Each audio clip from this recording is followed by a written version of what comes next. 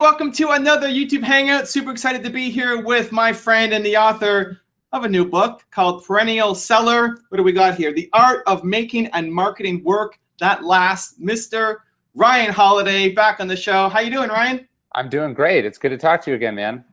So I met Ryan in New York when I was just about to launch my book, Your One Word, and he was telling me, "What's your goal? Is your goal to make the New York Times bestseller list, or is your goal to have something that kind of lasts?" And I would love to make a list, but really I want people to read the book. I want it to be evergreen content that in 10, 20, 40 years, it's still applicable. And, Sure. and he said, you told me that's the way to think. That's the right thing. It's like, yes, it's great to hit the list, but you want work that lasts. And here's now his book on how to create and market work that lasts. So I love it. We're aligned on the vision. Let me put the book here so people can see it next to my new one coming out.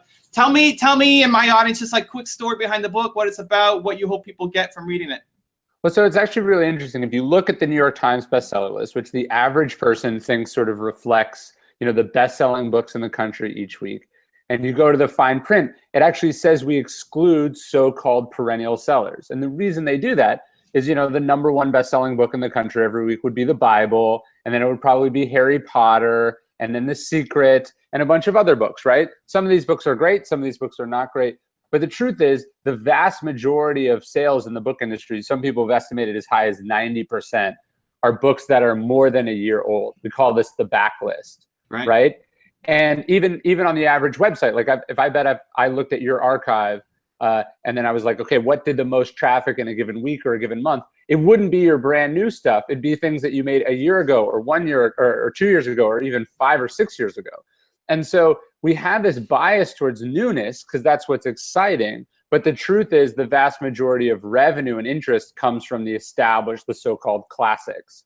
It's interesting, right? In the startup world, we don't look at the startups that have been around the longest or that have made the most money. We look at the startups that have raised the most money, right? We want to look at who's announcing a new fundraising round on TechCrunch.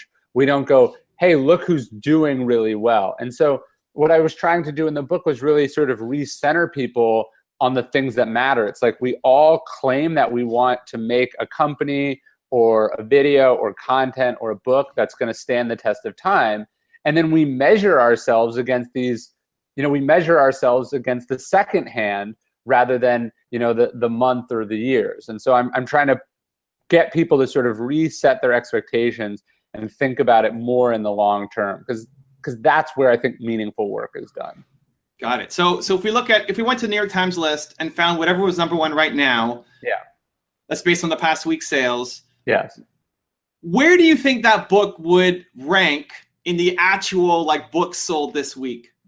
Well, it totally depends, right? I mean, even the New York Times bestseller list is filtering, it heavily weighs independent retail versus, say, Costco or Walmart sales. It heavily weighs physical stores over Amazon.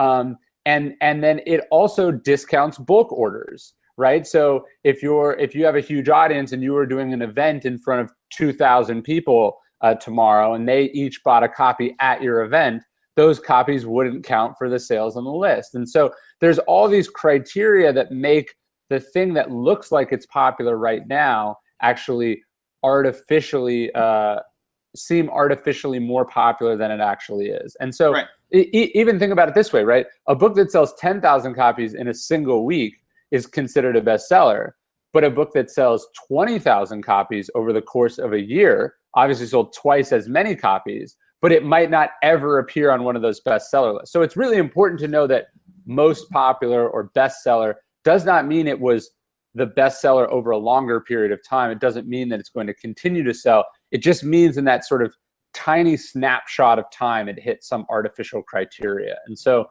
look, Star Wars gets beaten at the box office its opening weekend by Smokey and the Bandit, but clearly Star Wars wins over the long term. Becomes one of the most valuable franchises, in the history of art. And so I'm pushing people more towards that. Right. So I'm just curious the relative difference. Like if you sell 10,000 copies of a book, you're going to hit the bestseller list on average. Yeah.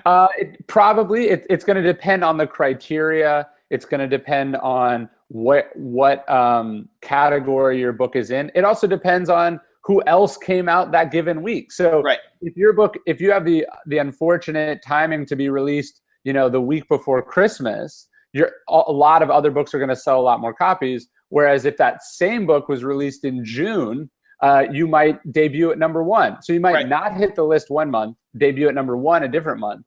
And so my point is, because these things are so arbitrary and, again, such a small measurement of time and sales, they really have no bearing on whether that work is going to continue to be relevant over, like, who cares whether The Great Gatsby came out was a bestseller? I don't remember how much money The Shawshank Redemption made its opening weekend at the box office. What matters is that it's still good, that it's still relevant, and that people are still talking about it.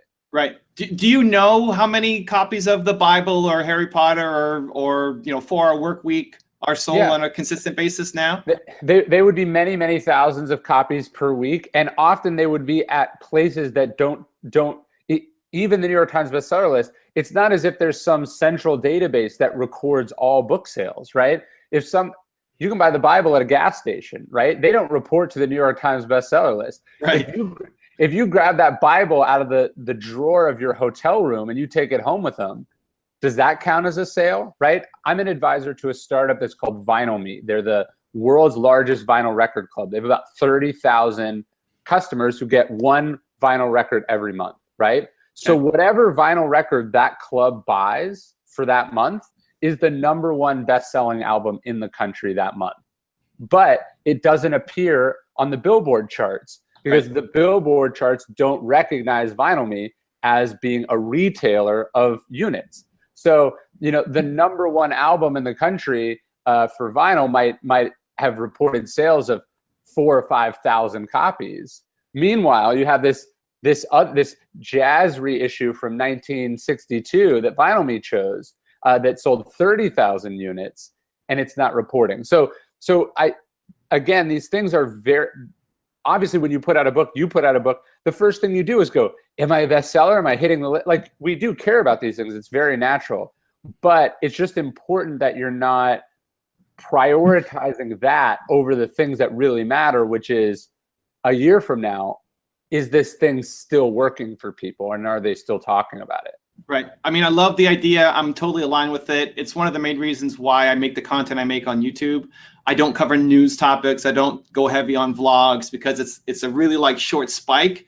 Yeah. And then it falls off. Where I want the content I make, the rules for success, this video, to last in 10 years, it's still applicable. It's why I was slow to get into Snapchat and Instagram because I don't like the expiring stories. I want the work I'm making to really last and live forever, and YouTube is a great content platform for that. Well, no, I think that's a good way of thinking about it. It's like, look, making a video is a certain amount of work either way, right? So if you're making videos that are responding to a breaking news story, that's a certain amount of work. And then if you're making a video about 10 rules for success, that's a certain amount of work. But what work is likely to continue to pay dividends over time, right? If you're reporting on this breaking news and then it turns out that the breaking news was incorrect, no one is going to watch that video anymore. But people are still going to care about the rules of success from Tim Ferriss or Bill Gates or Elon Musk because those are huge people whose success isn't going anywhere anytime soon. And so that's like Jeff Bezos, who's the founder of Amazon. He has this great rule. He says, focus on the things that don't change, right? Like, he's like, people always want cheap stuff and they always want it right away. And so he's like, those are the core principles of Amazon, not, hey, fidget spinners are really popular right now, let's sell more fidget spinners. You know what I mean? Guys, we also have 2 top 10 rules for Ryan Holiday that you need to go check out. They're great videos that will last forever. Timeless wisdom. So the book is divided. You've got, it's even in your title, like making the work and then marketing the work. So let's divide that up. I want to make something. I want to make a video. I want to make a book. I want to make a record. What are some of the things I need to keep in mind to make something that will last? So I see it as like 2 consecutive marathons, right? Making it is marathon number 1 and marketing it is marathon number 2. You've got to finish both, and you've got to have enough energy to finish both. So the first thing is like, look, if you want to make something that lasts, you have to put in the work, and you have to put in the ideas that are likely to make it work, right? One of the examples I have in Perennial Seller, it's a book.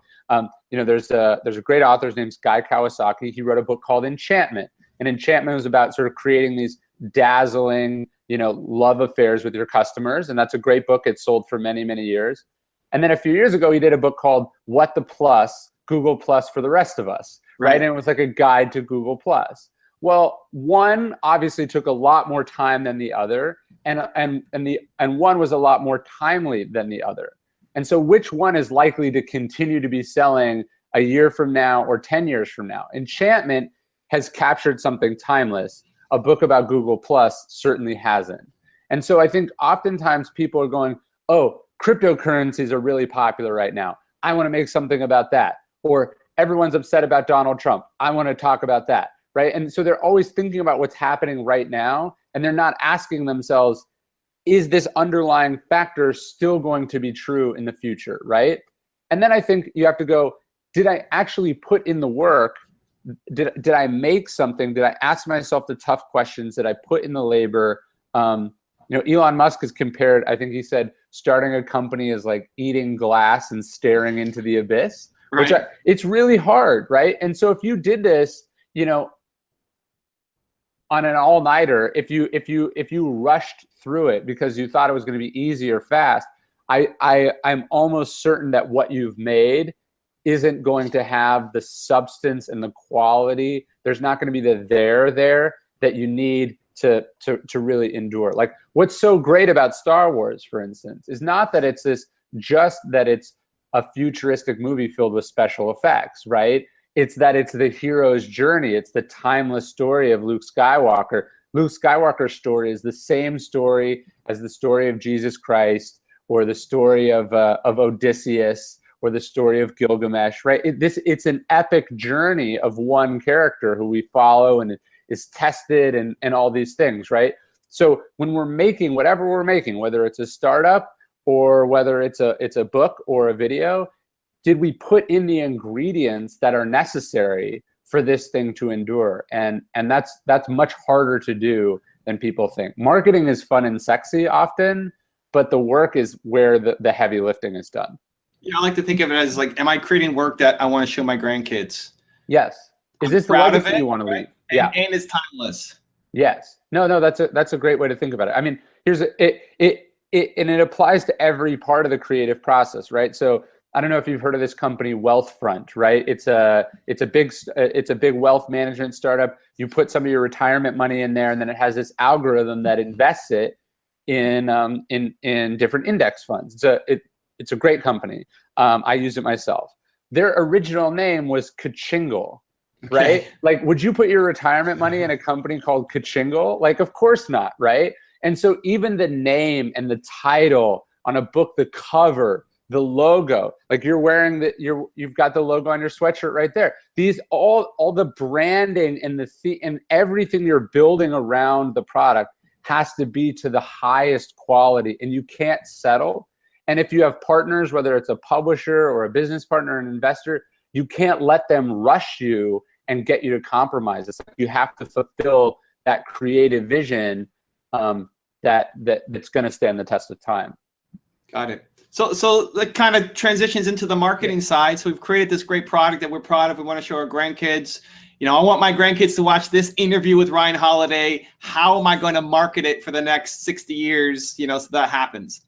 Well, so I think people sort of fall into two camps. So on the one hand, there's like the natural marketers who want to like rush through the creative phase to get to the sales part because that's what they're really good at.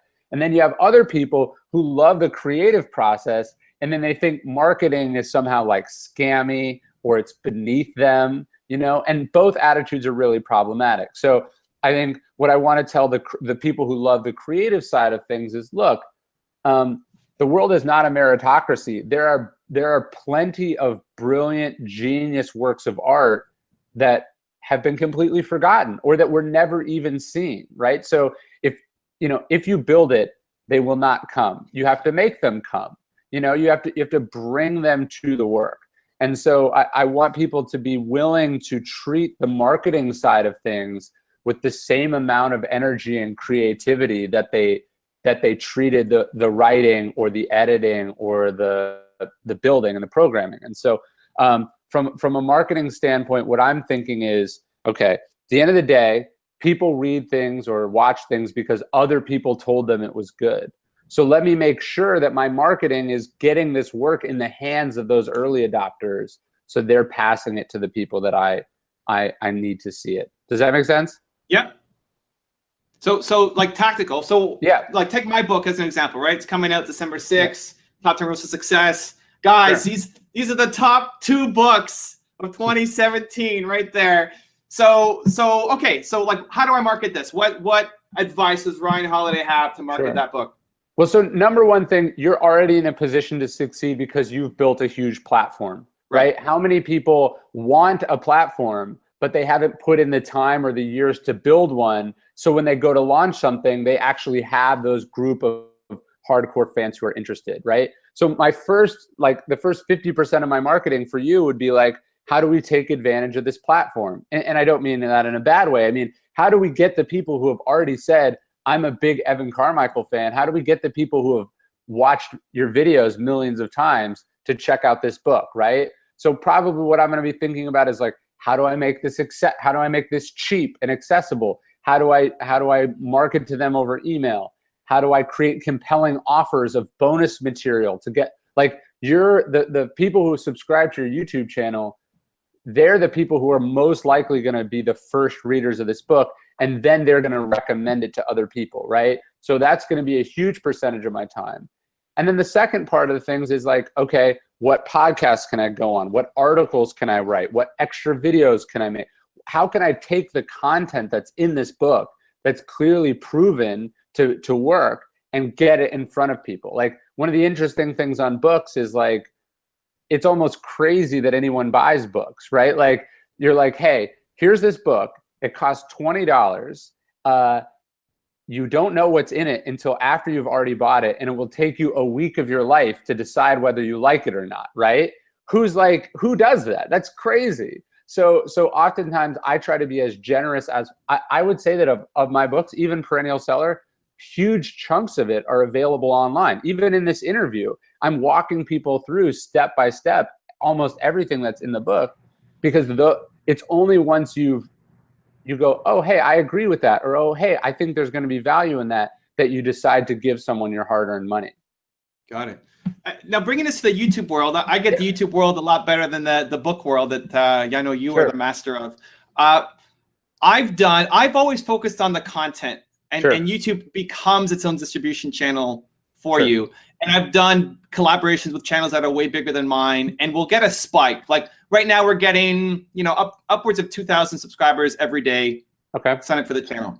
Sure. If I do a collab with somebody who's bigger than me, I might get a quick spike to like 4,000 for the day, and then it quickly drops back down. Sure. 50 Cent has tweeted me out, and Floyd Mayweather has shared on Facebook, and a bunch of people that we've covered have then shared it to their audience. And again, like quick hit spike and then back down. Yep. What I default to, and tell me my thinking is wrong. Okay. What I default to is it takes so much time and work to get the attention of those people. If I was trying to do it like outwardly, like, hey, can you please, listen to me, or work together, versus if I just keep creating great content, I'm going to keep getting 2,000, 3,000, like just keep getting that daily subscriber growth. So I default to just make better content, and the YouTube platform and community, like, it takes care of itself. Yes. Is that wrong? No, I don't think it's wrong. As a writer, I think that often the best way I can get attention for my books is to write really good articles, right? Articles that are, because what's different online is that the content and marketing are fused together because it's so easy to share, right? Like if your YouTube videos were for sale, I don't think just making more videos would be marketing, right? Right. But the fact that the videos are so easy to share on social media, you can embed them, search engine is going to drive traffic, etc. It's different, right? But I think when you're selling something, then you've got to be more active in the marketing, because you're asking people to do something that's more difficult. So in your case, what you're doing is you're constantly building up the platform, which you monetize occasionally with a product or with ads. But your product online is your marketing. So I think that makes total sense. Got it. Okay. Well, that's what I've been preaching, and it's what has been working. Well, look, and it's not just doing it once, but it's doing it all the time. Like, you've built a machine, so you're always growing. Maybe if you'd started your channel yesterday, more collaborations would be a way to build your base. Right. So let's go down the funnel. So, I've got a book. It's around success, entrepreneurship. I have a platform, and for other authors, they're going to have their platform, may not be as big, but they have their own, whatever, Twitter following, sure. YouTube. Great. We're going to market to them. That other 50%, podcasts, interviews. What do you recommend in terms of the strategy and the outreach to say, okay, here's a book about entrepreneurship. Yeah. Who am I going to reach out to? What is my pitch going to be? How do I make it so that I maximize the effort that's coming out? Well, so I get a question a lot from creators where they go like, look, I'm starting a blog about fitness, or I'm starting a blog about entrepreneurship, or whatever it is. And they go like, what influencers should I reach out to? And my answer is always, if you don't know, then you haven't done your research to even justify making this web. You know what I mean? Like, I imagine all the influencers in your space that you want to reach out to, because you live and breathe this stuff, right? And so it can't, like, if you don't know your own space well enough to know who the right influencers are, I would say you're making a huge mistake. So I really want people to know, like, who are the movers and shakers, and have you studied the space that you're in to really see who makes a difference, right? Like, it's like if you're a comedian and you didn't know that the Tonight Show is where you go to break out as a comedian, it's like, dude, what are you doing? And so you have to live and breathe your space to the point where you know who all those influencers are. And you shouldn't just be cultivating relationships with them because they can help you sell your stuff. You should know those people in your space because they're your peer group, right? James Altucher has talked about the importance of having a scene, right? Like, who are the people that are doing really similar work as you, and how are you pushing each other? How are you making each other better? How are you helping each other? It can go that way. And I would say the other thing I would think about is, like, don't just think about it as like, what can these people do for me? One of the best ways to develop relationships and to grow your work and to get fans is to be a supporter of other people, right? I built my platform as an author, an email list that's now about 85,000 people, by recommending other authors, right? I started a reading list where I recommend books. It's just, if you go to my website, it's ryanholiday.net/reading list. And it's just recommendations of books that I really like.